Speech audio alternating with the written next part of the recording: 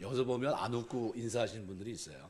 웃으면서 한번 다시 하기 반갑습니다. 인사하시겠습니다. 여기서 보면 다 보이거든요. 아주 냉철한 모습으로 하나님 앞에 예배 드리시는 분이 있어요. 근데 하나님 앞에서는 좀 밝은 모습으로 예배 드려야 되지 않나. 오늘 읽은 말씀을 중심으로 해서 우리가 주가 쓰시겠다 하라라는 말씀의 제목을 가지고 생각하면서 은혜를 나누려고 합니다. 참 하나님의 은혜가 감사한 것은 우리가 벌써 한 해 하나님 앞에서 처음에 한 8명 예배를 드렸는데 7명, 8명 예배를 드렸는데 지금 한 200명 된다니까 감사하고 그런 중에 이모저모로 섬겼던 분들이 참 감사하고 그렇습니다. 성가대가 없어서 작년 요맘때 12월 첫 주에 우리가 예배를 드리면서 성가대가 세워졌으면 좋겠다고 했는데 성가대가 세워졌고 또 아름다운 찬양이 이렇게 진행이 되고 금년에는 용량이 좀 부족해서 이 빈자리 지난주에 다 준비를 해놨습니다. 2칸으로 들렸어요. 한 칸에서 배로 부흥해서 내년도에는 칸탄타 할 준비 있습니다. 3월 달에 부활절 예배 때도 아름다운 찬양을 드릴 것 같고 너무 감사해요. 내가 그래도 다른 건 모르지만 목소리에 그리고 하나님 주신 이 재능이 있다고 생각하시는 분은 헌신하시길 주의 이름으로 부탁드립니다. 오셔서 같이 찬송하세요. 하나님을 높이시고 얼마나 좋습니까? 참 감사해요. 너무나 감사하고 감사하다는 말밖에 드릴 것이 전혀 없어요. 하나님이 쓰시는 여러분, 하나님께서 여러분에게 결론적으로 말한다면 크신 은혜 가운데 당 태종과 위증이 얘기했던 그대로 충신이냐 양신이냐, 충신보다는 양신의 복을 받는 여러분 되시길 주의 이름으로 축원합니다. 나중에 양신이 무슨 뜻인지 이제 말씀을 드리겠습니다. 사람이 자신의 모습을 드러내야 될 때가 있어요. 그걸 우리가 진면목이라고 하는데 저 사람의 진가, 저 사람이 저런 사람이었구나 하는 것을 알게 돼요. 예수님의 3년 공생의 사역을 들여다보시면 감추셨어요. 계속해서 물어봅니다. 예수님이 사람들이 나를 누구라 하느냐. 더러는 엘리야, 더러는 선지자, 더러는 세례요한이라고 합니다. 너희는 나를 누구라 하느냐. 주는 그리스도시요 살아계신 하나님의 아들입니다. 이 말을 들은 예수님이 너무 기뻐서 바요나 시모나 내가 복되다. 이를 알게 하신 네가 아니라 하나님이다 하면서 축복하는 장면이 성경에 기록되어 있어요. 다른 사람의 입을, 제자의 입을 통해서 예수 그리스도가 누구인지를 알았던 겁니다. 그런데 오늘 본문에서는 그렇게 말씀하고 있지 않아요. 주가 쓰시겠다 하라. 처음으로 주님이 자신을 내가 로드라고 얘기합니다.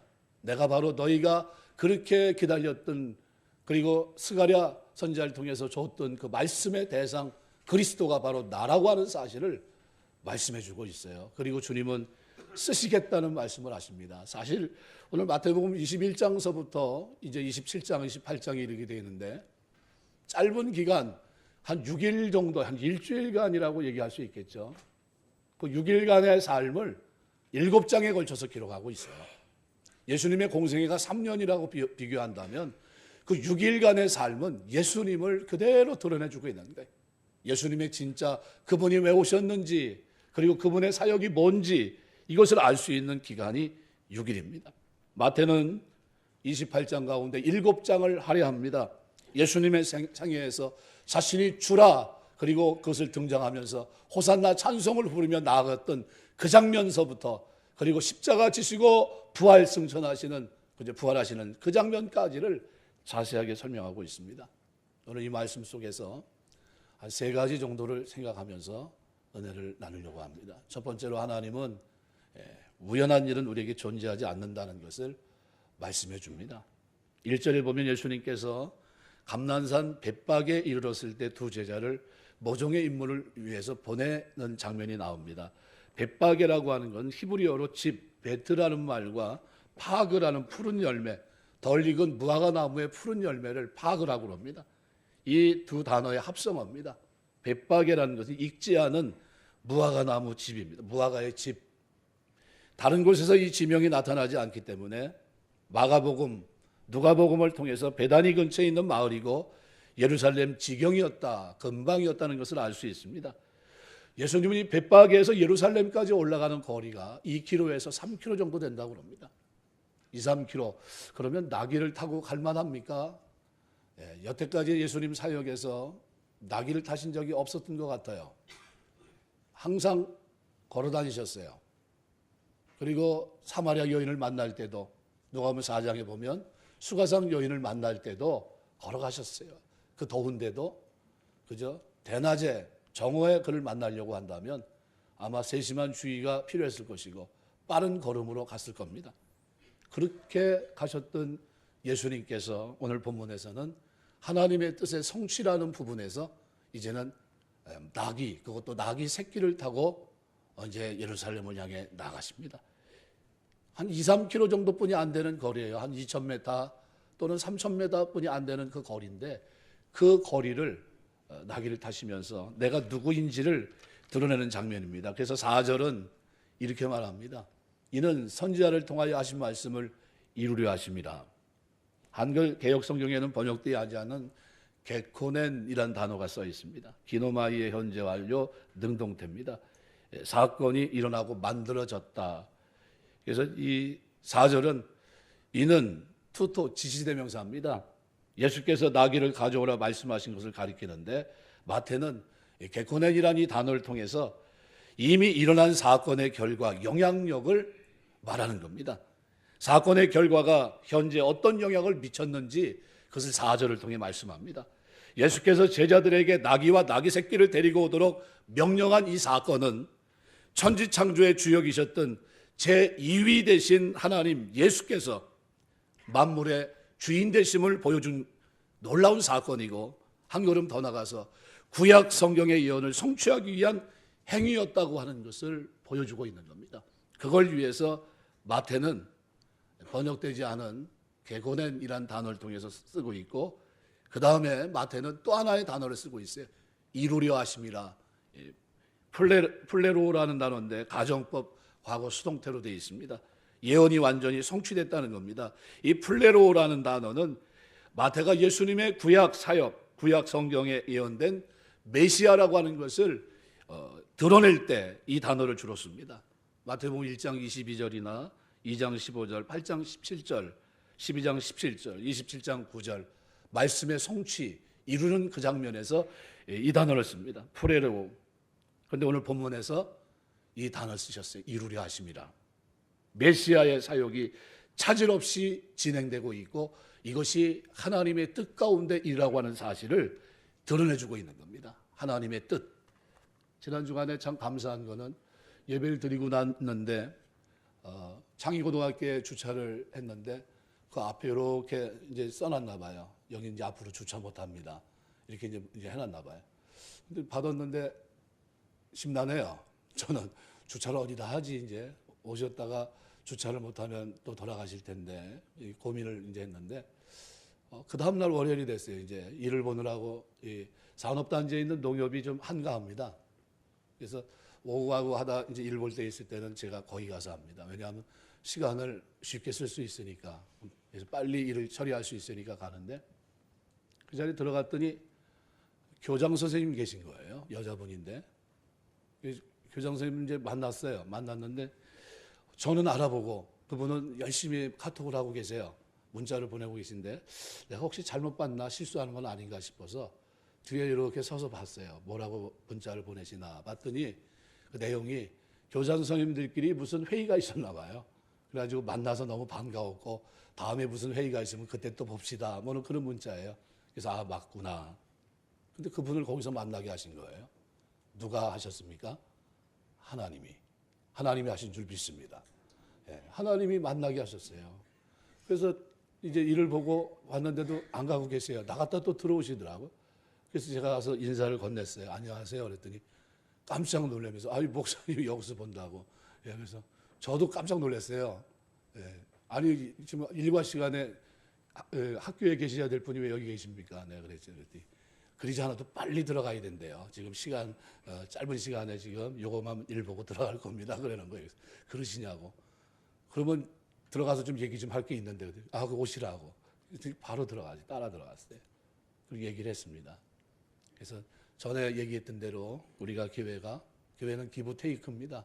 받은 것, 헌금한 것 가지고 선한 일에 우리가 열심히 선교도 하고 이렇게 교육 사업도 하고 다 해야 되는데, 그때 제가 그랬거든요. 어려운 아이들이 있으면 장학금도 좀 줄 수 있었으면 교회가, 그런 생각도 있습니다. 말씀을 드렸거든요. 그런 얘기를 비쳤어요. 그리고 이런저런 얘기를 하니까 본인이 이렇게 얘기를 하는 겁니다. 전에 목사님하고 이렇게 왔는데 이 주차장을 빌려주지 못해서 참 미안하게 생각했는데, 그런데 교육부에서 민원이 들어와가지고 풀어주라고 해가지고 풀어줬는데, 근데 사실은 주차장은 개방이 아닙니다. 얘기를 하는 거예요. 그런데 어느 날 보니까 주차장까지 개방하고 있더라는 거예요. 그래서 못 쓰게 했는데, 그러면 목사님 찾아오셨으니까 그럼 앞으로는 정식으로 쓸 수 있게 계약을 했으면 좋겠습니다. 이렇게 얘기를 하시는 거예요. 너무나 감사하더라고요. 그래서 계약을 하면서 그랬어요. 그럼 다 끝났는데 그 교장 선생님이 그러더라고요. 그러면 전에 하신 말씀대로 혹시 어려운 아이들 도울 생각은 교회가 있습니까? 질문하세요. 그래서 항상 열려 있습니다. 그랬어요. 열려 있습니다. 그래서 제가 그럼 목사님은 얼마나 생각하세요? 그래서 제가 그랬어요. 아니요, 전후반기로 100만 원씩 드리면 될까요? 어려운 아이들이 도움이 됐으면 좋겠다고 그랬더니, 그렇게 하지 마시고 50만 원씩만 보내줘도 둘씩 이렇게 장학금을 줘서 했으면 좋겠다고. 그래서 해결이 됐어요. 앞으로 오시면 10시 반서부터 2시 반까지 문이 항상 창의고등학교 문이 열려 있습니다. 예, 주차 이렇게 하다가 불편하시면 거기다 대고 오시면 돼요. 감사합니다. 하나님의 은혜예요. 하나님 만나게 하시고 하나님이 해결하신 거예요. 저는 포기했거든요. 만나봐야 뭐 말도 안 되는 소리를 그때는 하셨어요. 뭐라 하냐면 교직원들하고 회의를 한 다음에 결과를 통보하겠습니다. 결과 통보하기 전에 얼굴 표정을 보니까 안 해주겠다는 거예요. 그래서 나오면서 그랬어요. 틀렸구나. 저분 보니까 안 되겠다. 이제 그랬는데, 이번에는 어떻게 해요? 하나님이, 환경도 하나님이, 결과도 하나님이, 하나님의 뜻 가운데 우연한 일이란 존재하지 않습니다. 오늘 본문에 나귀가 등장합니다. 네, 나귀가 등장하는데 너무나도 영광스러운 자리에 초청을 받았어요. 주님께서는 무엇이든지 할 수 있는 권세가 있음을 주님은 주가 쓰시겠다라는 이 단어를 통해서 표현해주고 계십니다. 자신의 진면목을 들여주셨어요. 내가 그리스도라는 거예요. 내가 하나님이고 천지를 창조한 하나님이고, 그리고 한 걸음 더 나가서 이제 너희를 위해 십자가 질 주님이라는 것을 보여주셨습니다. 신학자 메이체는 그래서 본문의 이 단어 주라는 이 단어를 가지고 그렇게까지 얘기합니다. 교회가 기독론적인 의미에서 예수님을 주라 부르는 것은 예수의 자기 계시의 근거를 두고 있다 그랬어요. 예수님께서 자신을 향해 주라고 말했기 때문에, 내가 주인이라고 말했고 내가 창조주 하나님이라고 말했다는 겁니다. 내가 주인이고 소유주라는 거예요. 주라는 사실은 이 세계가 그분의 소유라는 겁니다. 마태복음 28장 18절 말씀대로 하늘과 땅의 모든 권세를 내게 주셨으니 주님 겁니다. 하나님이 주님께 맡기셨어요. 그 하나님의 주권을 알게 하는 말씀입니다. 우리는 존재하는 모든 것들이 그분의 소유라는 것을 이해하셔야 돼요. 그것만 주님의 소유입니까? 아니에요. 성경은 오늘 우리도, 구원받은 오늘 우리도 그의 소유라고 말합니다. 고린도전서 6장 20절 보니까 값으로 산 것이 되었으니 그런즉 너희 몸으로 하나님께 영광을 돌리라. 예수님은 만물의 창조자로서 소유주로서 이 세상의 모든 것을 임의로 주관하시는 분이고, 그분이 하시는 일은 아무도 막지 못해요. 열면 닫을 자가 없고 닫으면 열 자가 없어요. 종이 주인을 거역하지 못하듯이 이 세계는 예수님께서 하시려는 일을 막지 못합니다. 우리는 그리스도가 하나님과 하나라는 사실을 유념하셔야 돼요. 그래서 오늘 본문에 보시면 예수님께서 두 제자를 보내면서 2절에 이렇게 말합니다. 메인 나귀와 나귀 새끼가 함께 있는 것을 보리니 풀어 내게로 끌고 오라. 풀어 끌고 오너라. 명령형입니다. 잘 얘기해서 부탁해서 요건 한 번만 잠깐 쓰고 준다고 얘기하거나 이렇게 얘기하지 않으셨어요. 주인으로서 명하신 겁니다. 명령형으로 돼 있어요. 가서 주가 쓰시겠다 하라. 이 사람 누굴까요? 예수 믿는 사람인 줄 믿습니다. 쓰시겠다 하니까 어떻게 해요? 오픈되어 있어요. 얼마든지 쓰십시오. 예수님은 이러한 명령을 통해서 메시아로서의 승리의 입성을 준비하는 동시에 자신이 만물의 주인이심을 간접적으로 보여주신 겁니다. 주가 쓰시겠다는 큐리오스라는 이 말은 정관사가 붙어있어요. 앞에 나귀의 진정한 주인이 누구냐 하는 것이 바로 주님이라는 거예요. 나귀와 나귀 새끼는 외형적으로는 베다니 사람이 주인처럼 보였지만 그는 진정한 주인이 아니란 겁니다. 단지 그는 청지기에 불과합니다. 큐리오스는 예수가 만물의 소유주라는 거예요. 큐리오스. 원어 성경은 대문자 정관사를 그 앞에 붙입니다. 바로 그 주, 그가 소유주라는 거예요. 예수님을 창조주로부터 만물에 대한 특별한 소유권을 가지고 있는 분임을 드러내신 거예요. 자신의 진면목을 드러내신 겁니다. 내가 창조주라는 거예요. 내가 주인이라는 겁니다. 그리고 내가 쓰겠다는 거예요.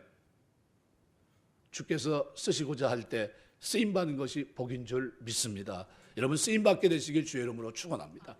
한 해 여러분 열심히 쓰임받은 사람도 있고 이제 새롭게 쓰임받기 위해서 선택된 사람도 있습니다. 주 앞에 쓰임받은 기쁨이 있게 되시길 주의 이름으로 축원합니다. 여기 나귀는 영광스러운 일에 쓰임받았습니다. 쓰시고자 할 때 쓰임받은 겁니다. 쓰임받는다라는 얘기를 했을 때 제일 먼저 떠오르는 생각이 뭡니까? 수고롭다는 거예요. 고생스럽다. 내가 희생하고 고생한다는 생각을 먼저 떠오릅니다. 내게 손해라는 거예요. 몸도 고생이고 시간도 물질도 손해라는 부정적인 느낌을 가지기 쉽습니다. 우리는 쓰임받는 것은 매이는 것이라고 생각해요. 이거 매이는 거다. 이거 교회 일에 나 바빠 죽겠는데 이거 교회 일에 매이는 거 아니야. 교회 안에서 어떤 직책을 맡게 되면 그 일을 계속 매여야 된다고 생각합니다. 시도 때도 없이 그 일을 위해 수고해야 되고 기도도 해야 되고. 그런데 쓰이는 것이 과연 매이는 것인가? 가만히 생각해 보십시오. 성경은 오히려 쓰임받는 것이 묶임에서 풀어지는 일임을 증거합니다. 오늘 2절에 보면 이렇게 말해요. 매인 나귀와 나귀 새끼가 함께 있는 것을 보리니 풀어 내게로 끌고 오라. 매였다 풀렸다. 매이다 풀리다 대조를 이룹니다. 나귀의 입장에서 생각해 보면 나귀는 원래 매여 있습니다. 그런 존재예요. 그러나 주님께서 나귀를 타겠다고 선택을 하시고 그에 따라 쓰임을 받게 되니까 나귀가 매인 자리에서 풀려집니다. 매여있던 나귀를 주님이 쓰시려면 먼저 풀어야 됩니다. 매여있는 채로는 쓸 수가 없어요. 쓰임받는 것은 풀어지는 일이고 우리 역시 쓰임받게 되면 매여있던 묶여있던 것에서부터 풀어지게 됩니다. 땅에서 매면 하늘에서 매일 것이고 땅에서 풀리면 하늘에서 풀립니다. 역설적인 진리예요. 하나님의 일을 위해서 우리가 풀려지면 하나님 하늘에서도 모든 일들이 풀리게 될 줄 믿습니다. 여태까지 맥혔던 문제들, 그죠? 내가 주를 위해 살지 못하고 여태까지 나를 답답하게 했던 일들 매여 있는 겁니다. 그 매임에서 풀리는 거예요. 이 땅에서 행하신 예수님의 사역 자체는 묶인 것을 풀어 헤치는 사역이었습니다. 마태복음 9장 35절 보면 예수님께서 모든 도시와 마을에 두루 다니사 그들의 회당에서 가르치시며 천국 복음을 전파하시고 모든 병과 모든 약한 것을 고치시니라. 목자 없는 양같이 고생하며 기직맥진한 사람들을 보시며 불쌍히 여기셨고 고생에 묶여있고 낙심에 묶여있고 절망과 좌절에 묶여있고 무엇을 위해 어떻게 살아야 될지 삶의 목표조차 갖지 못한 채 묶여있는 사람들에게 주님은 천국 복음, 해방의 복음, 자유의 복음을 주셨어요. 복음을 통해 묶여있었던 것들로부터 풀어지고 질병을 고쳐주시고 약함으로부터 회복시켜 주십니다. 이것이 하나님의 은혜예요. 묶여있던 것들로부터의 자유, 이렇게 묶여있는 것을 풀어주는 것이 주님의 사역이었어요. 그러므로 주님의 귀한 사역의 현장에서 쓰임을 받게 되면 인생이 매임의 자리, 힘든 고난의 자리, 풀리는 역사가 일어나게 될 줄 믿습니다. 너희는 먼저 그의 나라와 그의 의를 구하라. 그리하면 이 모든 것을 너희에게 더하시리라. 먹는 것, 입는 것, 마시는 건 이방인이 구하는 것이라 그랬어요. 너희에게 있어야 할 것을 아신다. 뭐 해야 됩니까? 주를 위해 풀림받아 쓰임받는 것. 주가 쓰시겠다 할 때 아멘하고 순종하고 나가는 것, 그것이 하나님의 돕는 역사를 체험하는 기회가 된다는 겁니다. 근데 사람들은 그렇게 생각하지 않아요. 안타깝게도 이러한 원리를 모른 채 쓰임받는 것을 연기합니다. 다른 것에 묶여 있어서 못하겠다는 겁니다. 어떤 사람은 물질에 무여 있고, 어떤 사람은 시간, 어떤 사람은 건강 문제 때문에, 어떤 사람은 자녀 문제 때문에 매여 있어요. 묶여 있습니다. 주를 위해 뭐 하자고 하면 시간이 없대요. 이런 사정이 있다는 겁니다. 네. 이런 모든 일이 다 풀리고 난 다음에 제가 말씀드리겠습니다. 이렇게 얘기해요. 그러면 그건 뭐라고 얘기하는 겁니까? 저는 그렇게 얘기합니다. 힘들 텐데요. 그런 우리가 말하는 대로 모든 것이 내가 원하는 대로 완벽하게 된 가운데 쓰임받는 그와 같은 날은 우리에게 별로 없어요. 별로 찾아오지 않습니다. 아무리 힘들어도 우선순위가 바르게 정립이 돼야 돼요. 먼저 주의 나라와 그의 의를 구하면, 역설적이지만 하나님은 우리의 삶을 그죠? 매었던 것에서부터 풀어주시고, 그리고 우리의 삶을 복되게 하실 줄 믿습니다. 내가 그렇게 힘들게 매여 있던 그것을 하나님이 어떻게 해요? 간섭하시는 거예요. 도와주시는 겁니다. 깜짝 놀랄 만한 일들을, 생각하지 못한 일들을 만나게 하세요. 서울 한복판에 갔는데도, 그 지역에 갔는데도 만나게 하시잖아요. 네. 교장 선생님을 거기서 만날 일이 어디 있겠습니까? 그것도 그 시간에 만날 일이 별로 없는데 정확하게 걷는 걸음을 하나님이 기억하시고 그리고 만나게 하시잖아요. 하나님이 하세요. 풀리면, 주 앞에 쓰임받으면 하나님이 역사합니다. 왜냐하면 쓰임을 받는 것이 오히려 그것들로부터 풀어줄 수 있게 하는 역할을 하기 때문입니다. 내가 묶인 묶임을 풀어보려고 한다면 세월만 보내는 거예요. 이제 하나님의 교회에서 여러분이 쓰임받게 되시길 주의 이름으로 축원합니다.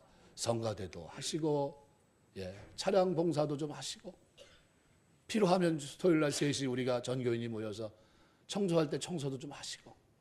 누가 보세요? 하나님이 깜짝 놀랄 때가 있어요. 제가 하나님이 이렇게 일거수일투족을 세밀하게 보고 계신가? 그러면 내 삶을 다시 한번 돌아봐요. 내가 지금 움직이는 그 모든 어떻게 노선을 누가 보고 계세요? 하나님이. 그리고 정확하게 만날 사람들을 만나게 하세요. 어떻게 사시겠습니까? 이왕 똑같은 인생인데 하나는 매어서 사는 사람이 있고, 하나는 주 앞에 쓰임받으며 풀려서 사는 사람이 있어요. 우리 교회 출입하는 여러분, 풀려 사시길 주의 이름으로 축원합니다. 쓰임받으면 뭐가 변하는가? 신분이 변합니다. 신분이 상승합니다. 예수께서 타신 나귀는 짐을 나르는 짐승입니다. 매여 있었어요. 그런데 그 나귀가 왕이신 그리스도를 태우게 됩니다. 스가랴 9장 9절 보면, 내 왕이 내게 임하시나니 그는 공의로우시며 구원을 베푸시며 겸손하여서 나귀를 타시나니 나귀의 작은 것 곧 나귀 새끼니라. 짐을 옮기는 짐승에 매여 있었는데 주님이 쓰시자 매임에서 풀려났을 뿐만 아니라 왕이신 예수님께로 소속이 옮겨집니다. 왕으로 예루살렘에 입성하는 그 현장에 이 나귀가 함께합니다. 천한 나귀가 존귀한 자리에 쓰임받습니다. 우리 인생이 매임에서 하나님의 풀림 가운데 주가 쓰시겠다 할 때 아멘하고 나오면 존귀한 인생이 되는 줄 믿습니다. 하나님이 쓰시는 인생이 돼요. 사도 베드로는 어부예요. 가만 놔뒀으면 어부로 끝났을 겁니다. 배 타고 나가 고기 잡고, 어느 때 똑같이 그물 깁고, 그죠? 고기 비늘 벗기고, 그렇게 살다가 끝날 인생입니다. 그런데 예수님께서 그를 찾아가셨어요. 그리고 말씀을 듣게 하시고, 그리고 믿음을 가지게 하십니다.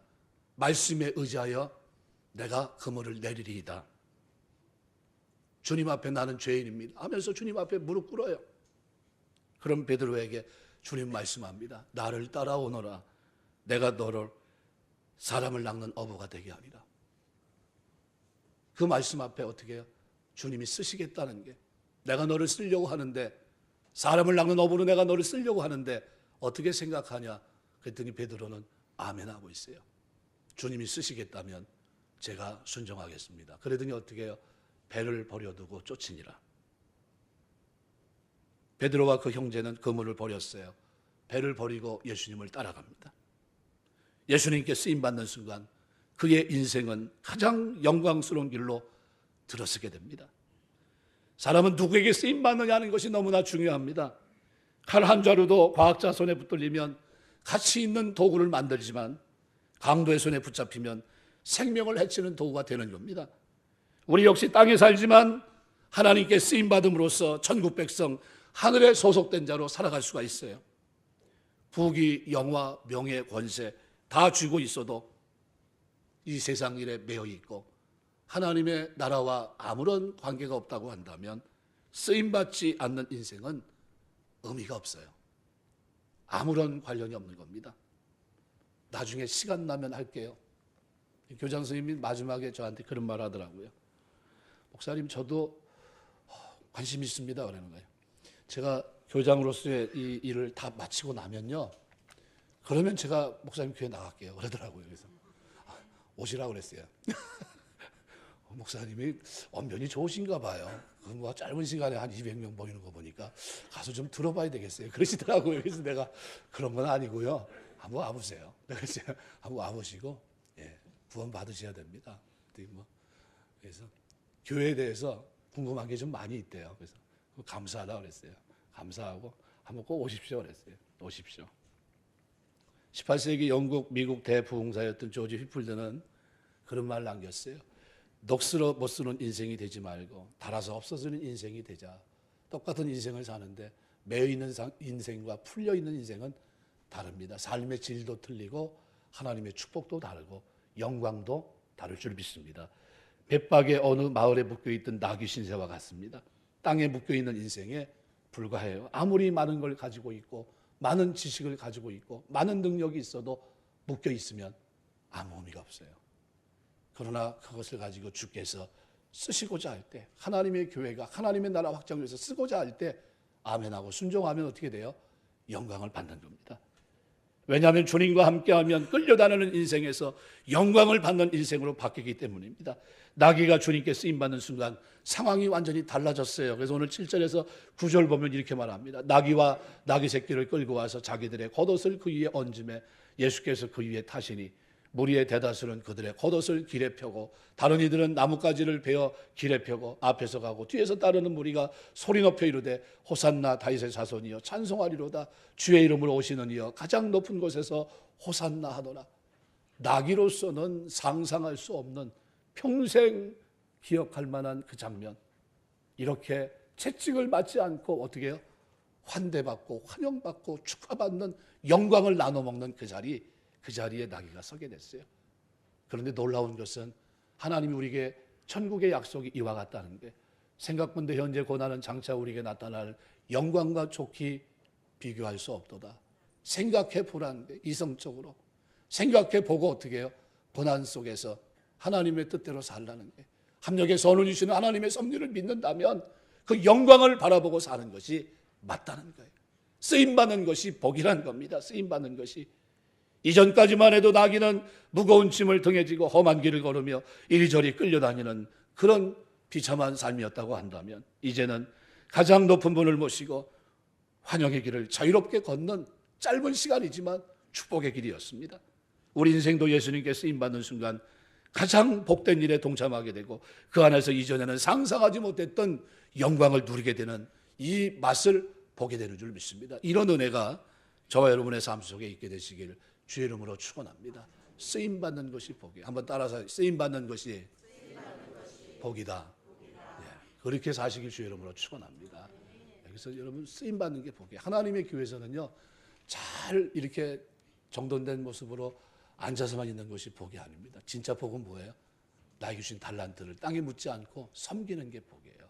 인자가 온 것은 뭡니까? 섬기려 하고 자기 목숨을 많은 사람의 대소물로 주려 합니다. 섬기러 오셨어요. 섬기는 것. 나에게 주신 달란트가 뭔가 그걸 빨리 개발해서 어떻게 해요?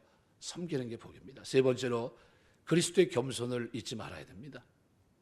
오늘 5절에 보면 선지자 스가랴가 그리스도와 관련해 예언한 말씀이 나옵니다. 스가랴 9장 9절의 말씀인데 히브리어 본문이나 72년과는 다소 차이가 있습니다.